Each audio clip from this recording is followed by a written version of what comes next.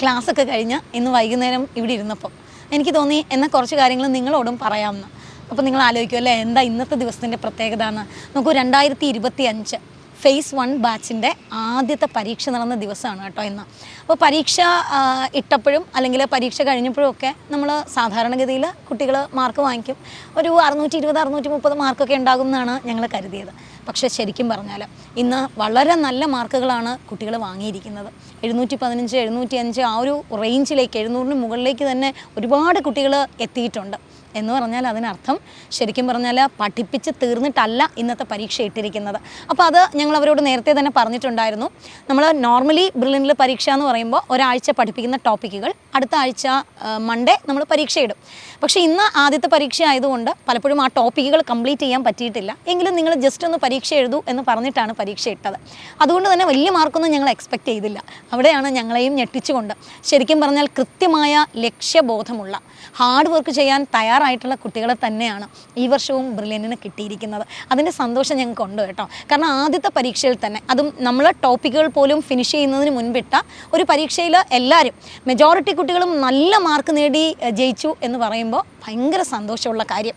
ഇനി മാർക്ക് കുറഞ്ഞ കുട്ടികളുണ്ട്, അവരോടാണ് എനിക്ക് ആദ്യം പറയാനുള്ളത്. എന്താണെന്നറിയോ, നമുക്ക് മാർക്ക് കുറയുമ്പോൾ നിങ്ങൾ ആദ്യം ചെയ്യേണ്ട ഒരു കാര്യം, എന്തുകൊണ്ടാണ് എനിക്ക് മാർക്ക് കുറഞ്ഞതെന്ന് കൃത്യമായി ഒന്ന് അനലൈസ് ചെയ്യൂ. കൃത്യമായി അനലൈസ് ചെയ്യൂ എന്ന് പറയുമ്പോൾ ചില ആൾക്കാർക്ക് സമയം കിട്ടിയിട്ടുണ്ടാവില്ല, ടൈം മാനേജ് ചെയ്യാൻ പറ്റിയില്ല. നോർമലി എനിക്ക് കുറച്ചുകൂടെ സമയം കിട്ടിയിരുന്നുവെങ്കിൽ, അല്ലെങ്കിൽ ഒരു ആലോചിക്കാൻ പറ്റിയിരുന്നുവെങ്കിൽ എനിക്കത് ചെയ്യാൻ പറ്റിയേനെ, അല്ലെങ്കിൽ എനിക്ക് ആ ക്വസ്റ്റ്യൻ കൃത്യമായിട്ട് എഴുതാൻ പറ്റിയേനെ എന്ന് തോന്നുന്നവരുണ്ടാകാം. ഇനി ചില ആൾക്കാർ എനിക്ക് കോൺസെപ്റ്റേ അറിഞ്ഞുകൂടാ, അപ്പോൾ ഇവിടെ പഠിപ്പിച്ച് തീർന്നിട്ടുമില്ല, ആ കോൺസെപ്റ്റിന് ക്ലാരിറ്റി ഇല്ല, +2 പഠിച്ചപ്പോഴൊന്നും അത്രയും കിട്ടിയിട്ടില്ല, അതുകൊണ്ട് ആണ് എനിക്ക് കിട്ടാത്തതെന്ന് തോന്നിയിട്ടുണ്ടാകാം. ഇനി മറ്റു ചില ആൾക്കാർ, നമ്മൾ ഇത്രയും നാൾ ഒരു പാരഗ്രാഫ് അല്ലെങ്കിൽ ഒരു പേജ് എഴുതി ശീലിച്ചവരാണ്. അവിടെ നിന്നും ഒരു ആൻസറിലേക്ക്, ഒരു ഒബ്ജക്റ്റീവ് ആൻസറിലേക്ക് വരുമ്പോൾ ആ ഒരു ട്രാൻസ്ഫോർമേഷൻ ചെറുതല്ല. ആ ഒരു ട്രാൻസ്ഫോർമേഷനിലേക്ക് വരാനുള്ള ഒരു താമസം, അതായിരിക്കാം ചില കുട്ടികൾക്ക് മാർക്ക് കുറഞ്ഞത്. അപ്പോൾ നിങ്ങൾ ആദ്യം ചെയ്യേണ്ട ഒരു കാര്യം, എന്തുകൊണ്ടാണ് എനിക്ക് ഇന്നത്തെ പരീക്ഷയ്ക്ക് മാർക്ക് കുറഞ്ഞത്? എനിക്ക് കോൺസെപ്റ്റ് അറിയാഞ്ഞിട്ടാണോ? കോൺസെപ്റ്റ് അറിയാഞ്ഞിട്ട് മാർക്ക് കുറഞ്ഞതാണെങ്കിൽ നിങ്ങൾ പേടിക്കേണ്ട. കാരണം പ്രൊഫസേഴ്സ് ക്ലാസ് എടുക്കുമ്പോൾ അത് കൃത്യമായിട്ട് നിങ്ങൾക്ക് മനസ്സിലാക്കി തരും. ഇനി നിങ്ങൾക്ക് എന്തെങ്കിലും ഒരു പോയിന്റ് ക്ലാസ്സിൽ നിന്ന് വിട്ടുപോയിട്ടുണ്ട്, എന്തെങ്കിലും ഒരു ബുദ്ധിമുട്ട് ഫീൽ ചെയ്തിട്ടുണ്ടെങ്കിൽ ഇ ലേണിംഗ് ആപ്പിൽ ആ ചാപ്റ്റേഴ്സിൻ്റെ വീഡിയോ സൊല്യൂഷൻസ് ഉണ്ടാകും. അത് നിങ്ങൾക്ക് ഇഷ്ടമുള്ള രീതിയിൽ പല അധ്യാപകരുടെ ക്ലാസ്സുകളാണ് അപ്ലോഡ് ചെയ്തിരിക്കുന്നത്. അപ്പോൾ അതിൽ നിന്ന് തന്നെ നിങ്ങൾക്ക് ഏത് മെത്തഡോളജി അല്ലെങ്കിൽ ഏത് രീതിയിൽ പഠിച്ചാലാണോ നിങ്ങൾക്ക് ഇഷ്ടപ്പെടുന്നത് അത് ചൂസ് ചെയ്ത് നിങ്ങൾക്ക് പഠിക്കാൻ പറ്റും. സോ ഇ ലേണിംഗ് ആപ്പ് ഉപയോഗിച്ച് നിങ്ങൾക്ക് അങ്ങനെ ക്ലാരിറ്റി കുറഞ്ഞത് അല്ലെങ്കിൽ ക്ലാസ്സിൽ കിട്ടുന്നില്ല, എന്തെങ്കിലും നമ്മൾ 3 മണിക്കൂർ കേൾക്കുന്നത് 3 മണിക്കൂറും ചിലപ്പോൾ മനസ്സിലുണ്ടാകണം എന്നില്ല, അങ്ങനെ എവിടെയെങ്കിലുമൊക്കെ ഒരു മിസ്സിങ് ഉണ്ടെങ്കിൽ നിങ്ങൾക്ക് വീണ്ടും പഠിച്ചെടുക്കാം. ഇനി ടൈം മാനേജ്മെൻ്റ് ആണെങ്കിൽ പതുക്കെ നിങ്ങൾ അതിന് കുറച്ച് സമയമെടുക്കും. കാരണം ജസ്റ്റ് വന്നല്ലേ ഉള്ളൂ. നമ്മൾ ക്വസ്റ്റ്യൻസ് ഒക്കെ ചെയ്ത് വന്ന് ആ ഒരു ടൈം മാനേജ്മെൻറ്റ് നിങ്ങളിലേക്ക് എത്തും.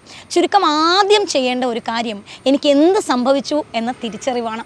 അത് തിരിച്ചറിഞ്ഞാൽ അതിനുള്ള സൊല്യൂഷൻസ് നമുക്ക് കണ്ടുപിടിച്ച് മുന്നേറാം. അവിടെ നിങ്ങൾക്ക് ഒറ്റയ്ക്ക് അതിന് പറ്റുന്നില്ലെങ്കിൽ നിങ്ങൾക്ക് ബ്രില്യൻറ്റിൽ ആരെ വേണമെങ്കിലും അപ്രോച്ച് ചെയ്യാം. ഞങ്ങൾ പ്രൊഫസേഴ്സും ടീച്ചേഴ്സും കോർഡിനേറ്റേഴ്സും എല്ലാം അതിന് റെഡിയാണ്. അപ്പം നിങ്ങളുടെ കുറവുകൾ മനസ്സിലാക്കിയാലേ, ഞാൻ എന്തുകൊണ്ട് പുറകെ പോയി അല്ലെങ്കിൽ എനിക്ക് എന്താണ് എന്ന് മനസ്സിലാക്കിയാലേ നമുക്കതിനൊരു സൊല്യൂഷൻ പറഞ്ഞു തരാൻ പറ്റും. ഈ ഒരു അനാലിസിസ് നമ്മൾ നടത്തേണ്ടത് ഡിസംബറിലോ ജാനുവരിയിലോ ഒന്നും അല്ല, മറിച്ച് ഇപ്പോഴേയാണ്. അപ്പോൾ ഇപ്പോഴേ നിങ്ങൾ അനലൈസ് ചെയ്ത് തുടങ്ങിയാൽ ഒരു 2-3 മാസം കൊണ്ട് തന്നെ നിങ്ങളുടെ പ്രോബ്ലംസ് എല്ലാം നമുക്ക് സോൾവ് ചെയ്ത് കൃത്യമായിട്ട് ആ ട്രാക്കിലേക്ക് എത്താൻ പറ്റും. ഇനി വേറെയും ഒരു കാര്യമുണ്ട് കേട്ടോ. നാളെ നമ്മുടെ ഫേസ് 2-ൻ്റെ ക്ലാസ്സുകൾ തുടങ്ങുകയാണ്. അപ്പോൾ വരുന്ന കുട്ടികൾക്കും കൂടിയാണ് ഞാൻ ഈ പറയുന്നത്. ആദ്യം വരുന്ന പരീക്ഷയിൽ നിങ്ങൾ എങ്ങനെ എഴുതിയാലും ആ പരീക്ഷ മുതൽ തന്നെ എൻ്റെ കുറവുകൾ എന്താണെന്ന് കൃത്യമായി മനസ്സിലാക്കി അതിനുള്ള ഒരു റെമഡി അന്വേഷിച്ച് അതിനൊരു റെമഡി കണ്ടുപിടിച്ച് പോയാൽ നിങ്ങൾക്ക് ഈ ട്രാക്കിലേക്ക് എത്തുക എന്ന് പറയുന്നത് ഭയങ്കര സിമ്പിളായിരിക്കും. ഇനി വേറൊരു കാര്യം കേട്ടോ, നമ്മൾ വീട്ടിൽ നിന്നൊക്കെ മാറി നിൽക്കുകയാണ്. അപ്പോൾ ചിലപ്പോഴല്ല കുറച്ച് സമയത്തെങ്കിലും നമുക്ക് അമ്മയോ അച്ഛനെയും മിസ് ചെയ്യും, സിബ്ലിങ്സിനെ മിസ് ചെയ്യും, നമ്മുടെ വീട്ടിൻ്റെ ഒരു ആംബിയൻസോ അല്ലെങ്കിൽ ആഘോഷങ്ങളോ ഒക്കെ മിസ് ചെയ്യും. പക്ഷേ അവിടെ ഒന്നും തന്നെ നിങ്ങൾ സങ്കടപ്പെടുകയോ അയ്യോ എന്ന് ആലോചിക്കുകയോ ചെയ്യരുത്. മറിച്ച് നിങ്ങൾക്കൊരു വലിയ സ്വപ്നമുണ്ട്, ഒരു വലിയ ലക്ഷ്യമുണ്ട്.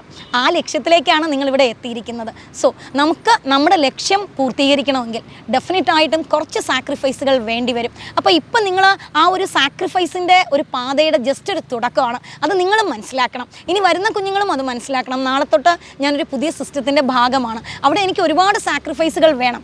പക്ഷേ ആ സാക്രിഫൈസ് എപ്പോഴാണ് അത് ഫലവത്താകുന്നത്? അടുത്ത വർഷം പരീക്ഷ എഴുതുമ്പോഴാണ്.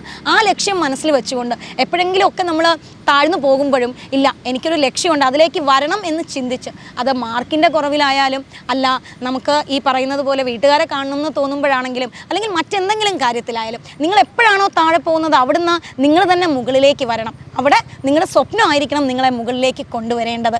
പിന്നെ മാർക്ക് വാങ്ങിച്ച കുട്ടികൾക്ക്, നിങ്ങളിപ്പോൾ നല്ല മാർക്ക് വാങ്ങിയിട്ടുണ്ട്, അത് കൺസിസ്റ്റൻ്റ് ആയിട്ട് നിലനിർത്തുക എന്നുള്ളതാണ് ഏറ്റവും ഇമ്പോർട്ടൻ്റ് ആയിട്ടുള്ള കാര്യം. ഇനി ത്രൂ ഔട്ട് ദ ഇയർ നമുക്ക് അതേ ലെവലിൽ ചിലപ്പോൾ കീപ്പ് ചെയ്യാൻ പറ്റില്ല, ചിലപ്പോഴൊക്കെ ഒന്ന് താഴെ പോയേക്കാം. പക്ഷേ സാരമാക്കണ്ട, ഓരോ പ്രാവശ്യം താഴെ പോകുമ്പോഴും ഒരു പന്ത് എങ്ങനെയാണ് ബൗൺസ് ചെയ്ത് തിരിച്ചു വരുന്നത് അതേപോലെ നിങ്ങളും തിരിച്ചു വരണം. സോ അപ്സ് ആൻഡ് ഡൗൺസ് എന്തായാലും ഉണ്ടാകും. പക്ഷേ എങ്കിലും മാക്സിമം നിങ്ങൾ ആ ഒരു സ്റ്റെബിലിറ്റി, ആ ഒരു കൺസിസ്റ്റൻസി കീപ്പ് ചെയ്യാൻ നോക്കൂ. അപ്പോൾ അടുത്ത ആഴ്ച മറ്റൊരു കാര്യമായിട്ട് ഞാൻ വരാം.